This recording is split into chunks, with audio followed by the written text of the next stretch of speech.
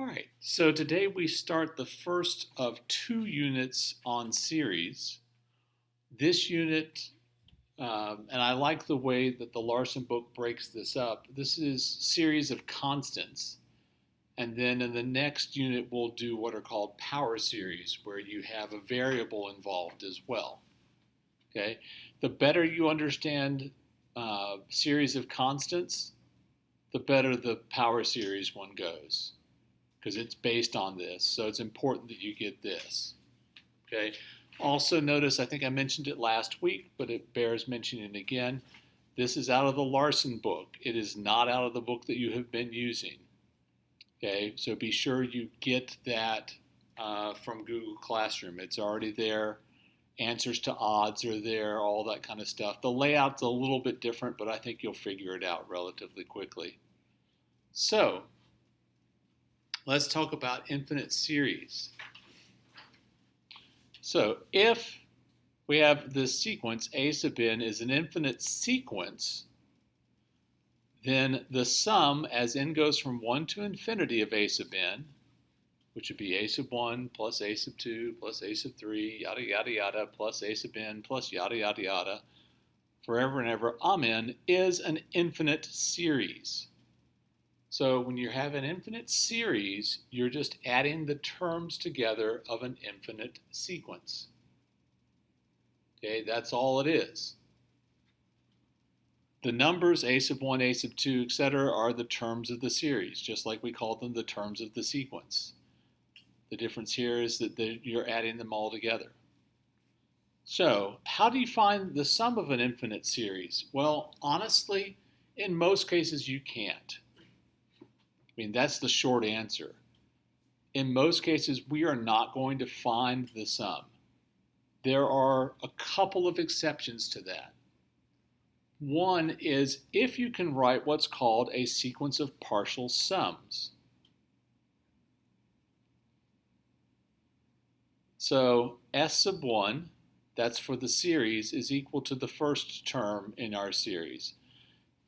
This S sub 2 is the sum of the first two.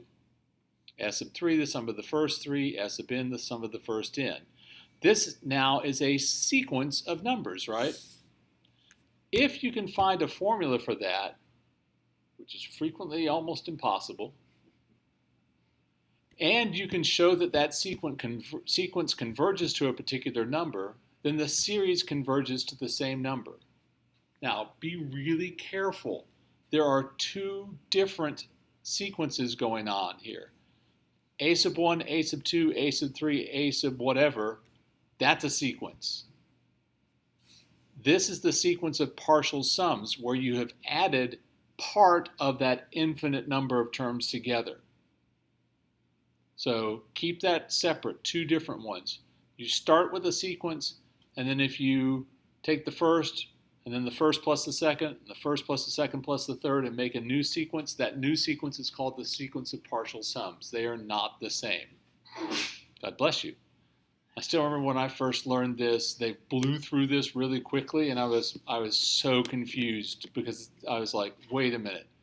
And it's just because I didn't think that there were two different sequences, but there are. Okay?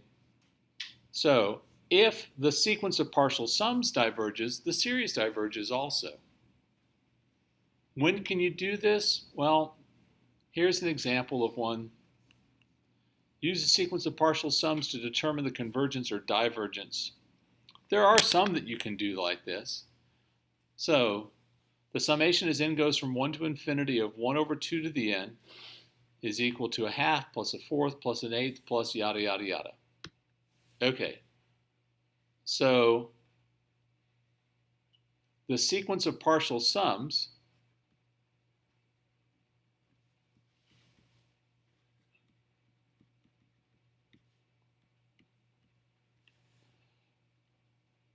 S sub 1 is just going to be 1/2. S sub 2 is 1/2 plus 1/4, which is equal to 3/4. Thank you. 3/4. S sub 3 is a half plus a fourth plus 1/8. So that'd be 3/4 plus 1/8, excuse me, which would be how much? 7/8. Do you begin to see the pattern already between numerator and denominator? Pardon? Well, no, I don't want a recursive one. I want to be able to say, basically, what I want is, what is S sub n?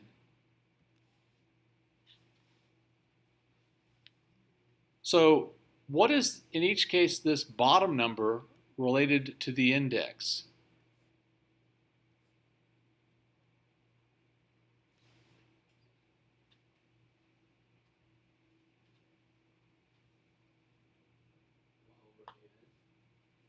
Pardon?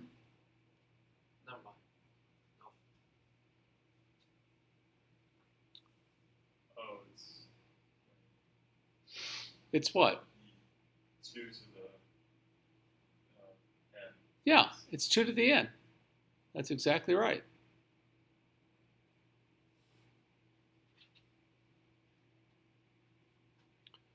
And what is in the numerator? 2 to the n minus 1. Yeah, and you have to be careful how you say it. You can't go 2 to the n minus 1. It's 2 to the n minus 1.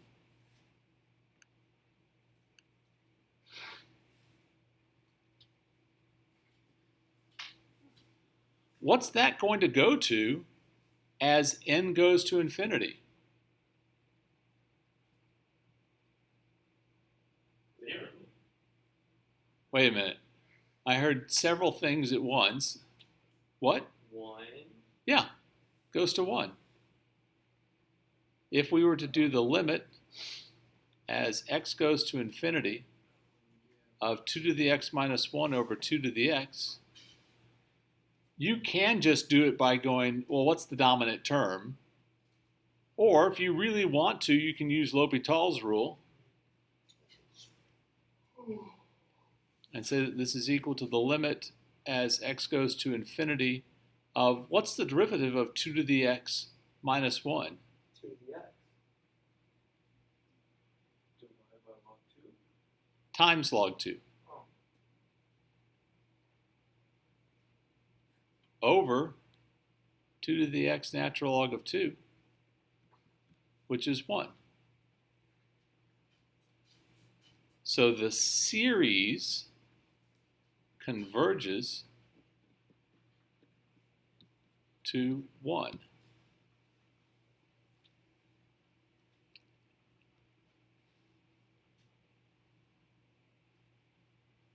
And this is actually a fairly famous one. The idea being, think about, and I had a professor once did it this way. It's like he had several daughters, and he's like, so I had a candy bar. And my eldest daughter came in and said, oh, you have a candy bar. Can I have half? And he was like, okay. And then the next daughter came in and said, ooh, you have half a candy bar. Can I have half? He was like, okay.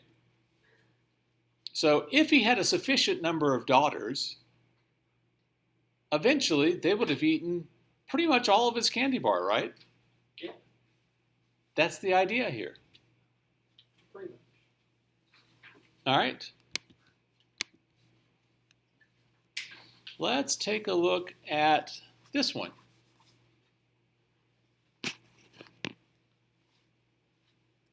So the sequence of partial sums here, S sub 1 is 1/3. S sub 2 is 1/3 plus 1/3, which is 2/3. S sub 3 is going to be 1/3 plus 1/3 plus 1/3 is 3/3. And yes, I'm going to leave it that way. What is S sub n going to be? N over 3.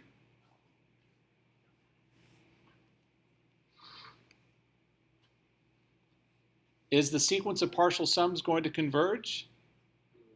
No. Since the sequence of partial sums diverges,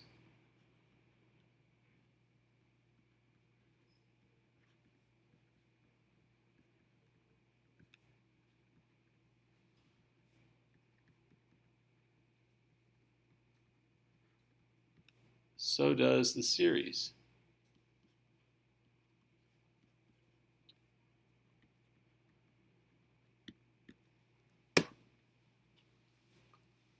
So it's infinity. Pardon? That's infinity. We say that it diverges. Okay? Which brings out an important point. Okay?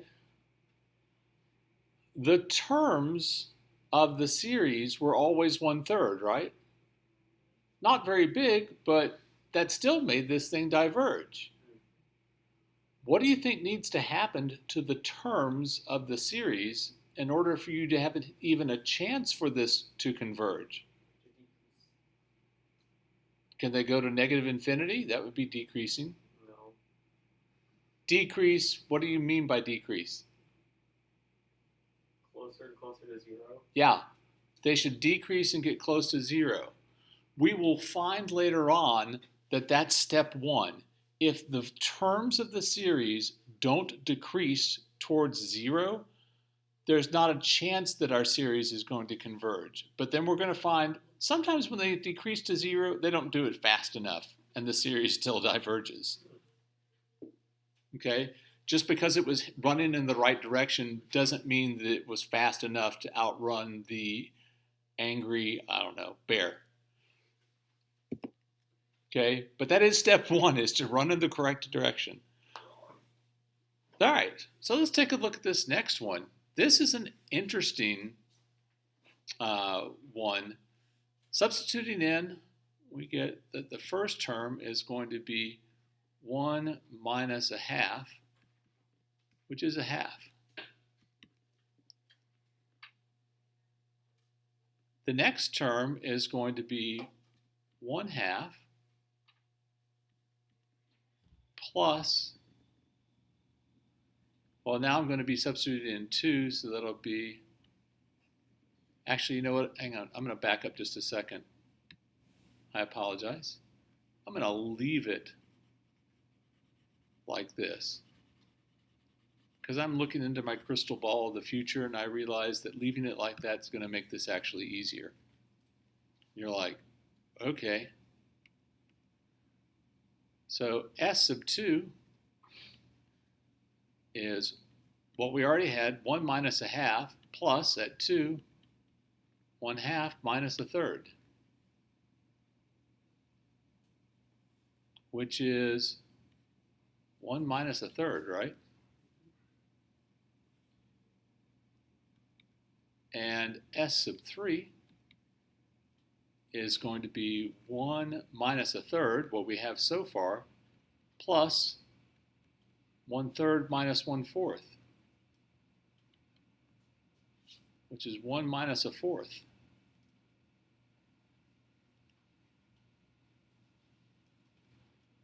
So again, the question is always, well, what is S sub n? 1 minus 1 over n minus 1. Close, but not quite.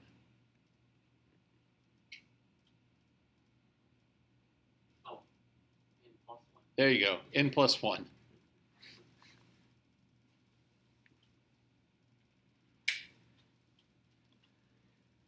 As n goes to infinity, what's going to happen to this 1 over n plus 1? It's going to go to 0. So this series converges to 1.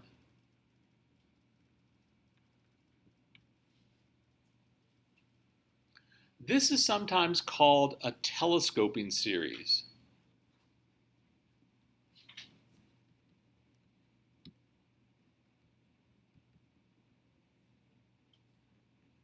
And it's not telescoping as in it can see galaxies far, far away. It's talking about like a pirate telescope where it elongates so that you can look at it and then it folds up, right? That's called telescoping. So what happens is that you have this first term and you've got this last term and all the stuff in between zeroes out.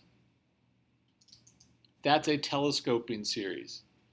You also sometimes talk about if someone has a particular injury, usually when they're in some sort of a crash or a parachute accident, their spine will telescope, which is not good because there's these discs that keep your vertebrae apart. That's also so that the nerves can go out. And when those telescope, now the bones are pushing right on the nerves. Ow. Yeah. You'll be fine. Yeah. So there are only a very few specific cases where we can find what these converge to. We're going to be more concerned, generally speaking, with does the series converge or does it diverge than finding the value to which it converges in most cases. Okay, but right now at the beginning, we're kind of looking at some special ones, but the majority of the ones we're going to look at, you can't figure it out. Another one that you actually did, I think, last year in pre-cal, the sum of an infinite geometric series. Yeah. That sound familiar? Mm-hmm. Yes, there is. So the series given by the summation as n goes from 0 to infinity of a times r sub n, where a is a non-zero constant, is called a geometric series with ratio r. This series diverges if r is greater than or equal to 1. Let's stop there. Don't read any more yet. Why? Well, if r is equal to 1, what is every single term of this series then? The same. Yeah, the same, and what is it? What's its value? What's the value of each individual term? A. So you're adding a an infinite number of times, and no matter how small a is, if you add it together an infinite number of times, it gets really big. Okay, what if r was greater than 1? Well, let's say 2. You have a plus a times 2 plus a times 2 squared. This is not good, is it? Big. Yeah, that's going to get big really quickly. So, if, on the other hand, the absolute value of r is less than 1, then the series converges to this sum, a over 1 minus r. That sound familiar to you? That formula? Again, pardon? Again, it only works if it's a geometric series, which we're going to use again when we get to power series, so it's important you understand this. It will always converge to a over 1 minus r, provided that the absolute value of r is less than 1, not equal to. One of the hardest parts in this unit is there are things where it's like, that one's less than 1, this one's less than or equal to, that one's greater than 1, and it can start to leak out of your ears after a while. So rather than straight up memorize it, I think it's helpful, at least for the geometric, to just think about it for a second. Well, of course, r has to be less than 1, or its absolute value has to be less than 1. Otherwise, these terms are either staying the same or getting bigger all the time, both of which are bad things. All right, let's take a look at this one. Determine the convergence or divergence of each series and find the sum if convergent. Okay, one of the things you have to pay attention to in series is the index and where it's starting. Because I could start this, typically it started at 0 or 1, but I could start it at 5 if I wanted to. Okay, so what I do for all geometric series, the very first thing I'll do is write out the first several terms. So when n is equal to 0, this is equal to 3, and then it'll be 3 times a half plus 3 times a fourth yada, yada, yada. So that's a geometric series.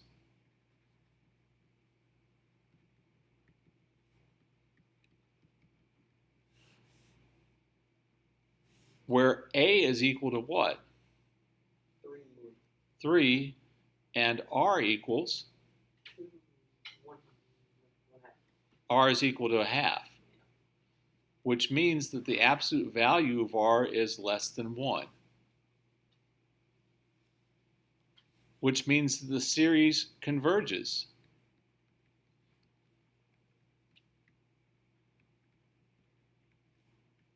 To 3 over 1 minus a half, which is 6.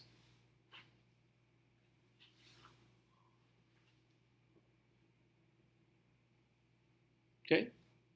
Any questions about that? All right, let's look at this one. Again, looking at the first several terms, this is going to be 1 plus 3 halves plus, and I'm feeling lazy, so I'm just write 3 halves squared plus 3 halves cubed plus yada, yada, yada. This is a geometric series where A is equal to what? 1, 1, and R is equal to 3 halves. 3 halves, which means the absolute value of R is greater than or equal to 1, which means what? It diverges. Yeah, and you have to be really careful about saying it in this unit because you've got like the original sequence, the sequence of partial sums, the series. So I always make sure I say the series diverges. Question. Answer. What is a geometric series? A geometric series is a series. We just defined it just a second ago, right here. This is a geometric series. That's the definition. So you start with a number, and then you take that number times the common ratio is your next term. And then the next number is that number times the common ratio squared. Okay?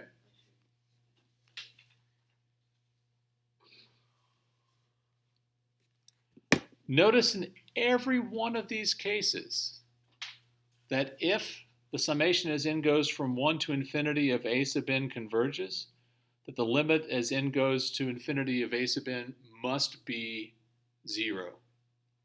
The terms must go to 0, or the series has no hope of converging. Be careful.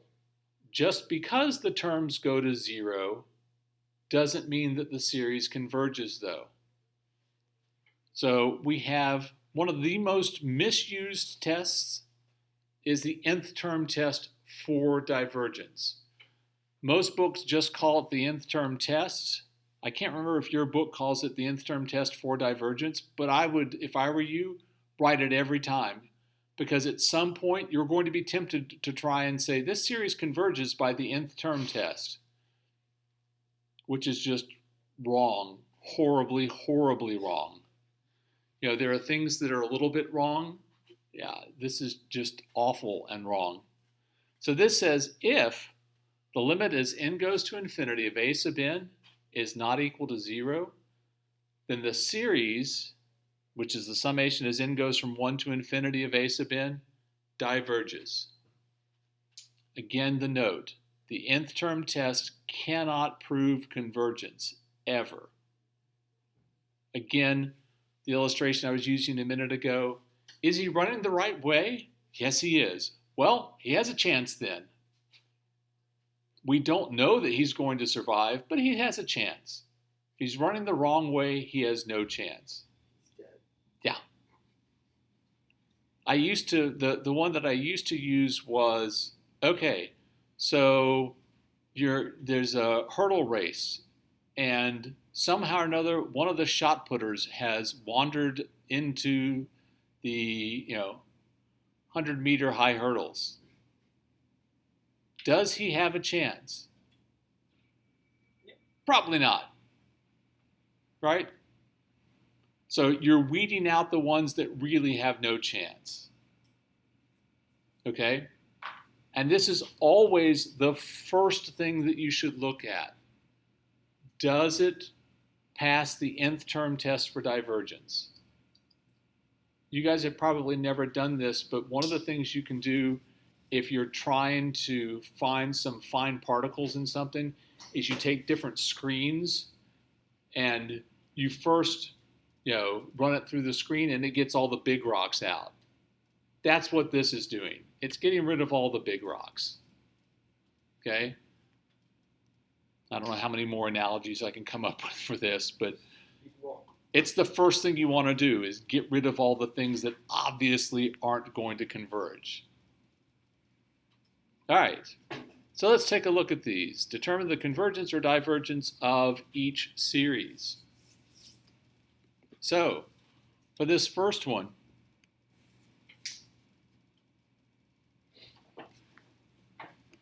if we just take a look at the limit as n goes to infinity of n squared over 5n plus 2, or 12, I think we can do this without having to resort to L'Hopital's rule. What does that go to? No. Infinity. Goes to infinity. Oh, I was using log Well, it would be 2n over 5, and as n goes to infinity, plus. Oh, that's infinity. yes, which is not equal to 0. Oh, man. Therefore, the series diverges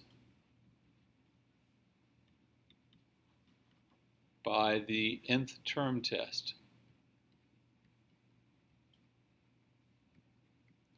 for divergence.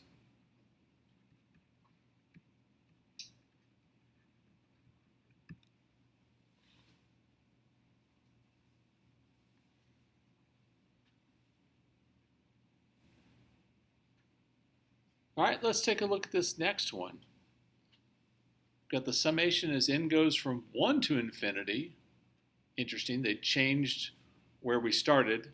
There's a reason for that. Of n factorial over 2n factorial plus 1. I always have to ask at this point, do you guys remember what factorial means? Yes. Toss them together? No. Multiply Well, all the so if you have like 7 factorial, that's 7 times 6 times 4 times 3 times 2 times 1. Okay? So let's take a look. We have the limit as n goes to infinity of n factorial over 2 times n factorial plus 1.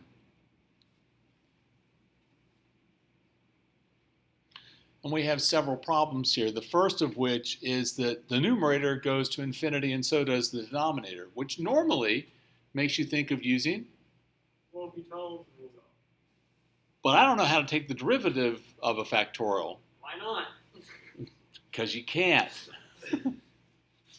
What happens? Yeah, I think it's pretty obvious that this is equal to 1/2, That's not 0. which is not 0. Therefore, this series diverges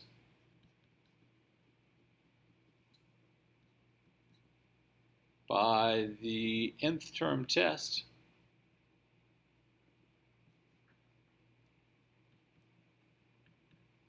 for divergence.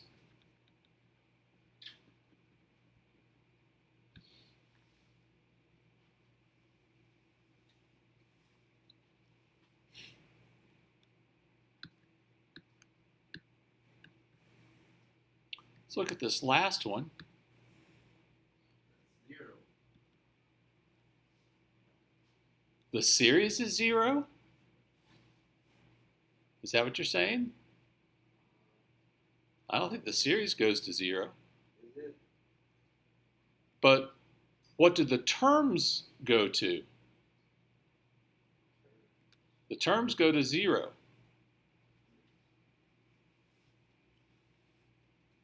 Which means I can keep looking. It means you don't get to quit now. There's a chance that this might converge. Well, let's see if I can do something with this. If I do the sequence of partial sums, I'm actually right. Keep going.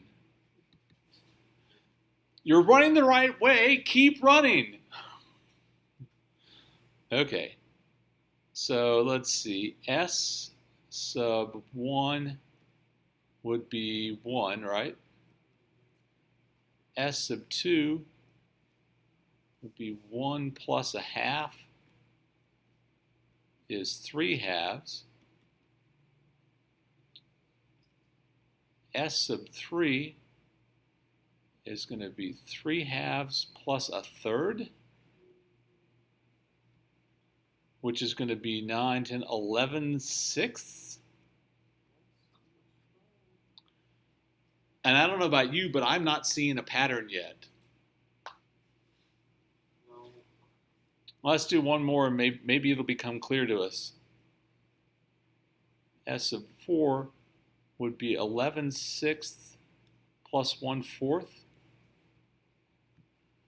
So that would be 44 plus 6 is 50 24ths. Oh gosh, this is getting horrible. That pattern.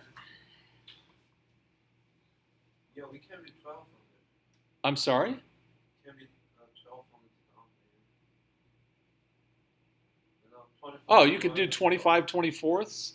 Okay. Usually it doesn't help you to reduce these to see the pattern. If you reduce it, a lot of times it makes it harder to see the pattern. No, you're absolutely right. But it usually, I'm just telling you, in general, reducing makes the pattern harder to see.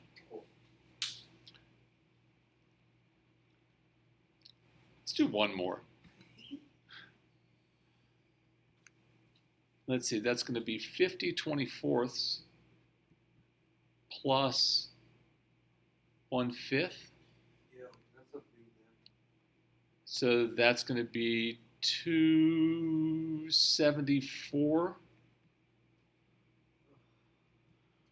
over 120. I think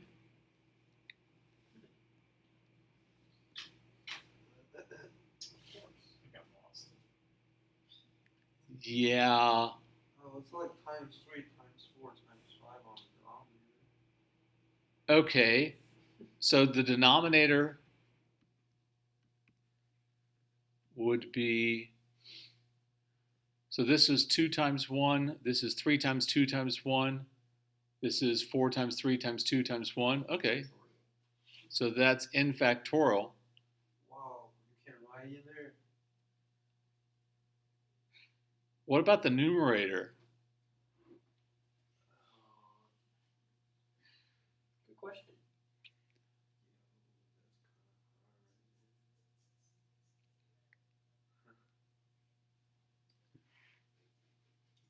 The answer is, we'll learn how to do this one later.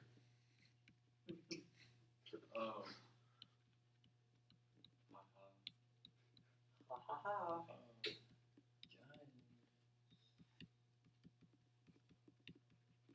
At this point, we don't know enough.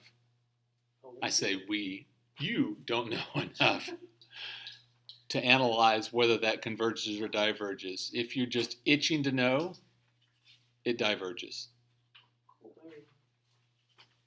So Very, very, very slowly diverges. So what is What is the what? the numerator? Oh, I have no idea. I don't see a pattern there, do you? I mean, It's a number. So there probably is one, but I'm sure I don't know what it is. So our assignment today is in Google Classroom. We got a textbook and we got answers. yes. You have what in answers? yeah,